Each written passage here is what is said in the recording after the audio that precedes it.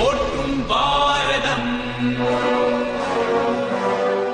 இது இணையில்லாமா காவியம்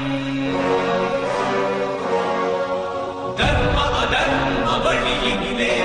நன்மை தீமைக்கு இடையினிலே விளையும் போரினில் சத்தியம் வென்றிடுமோ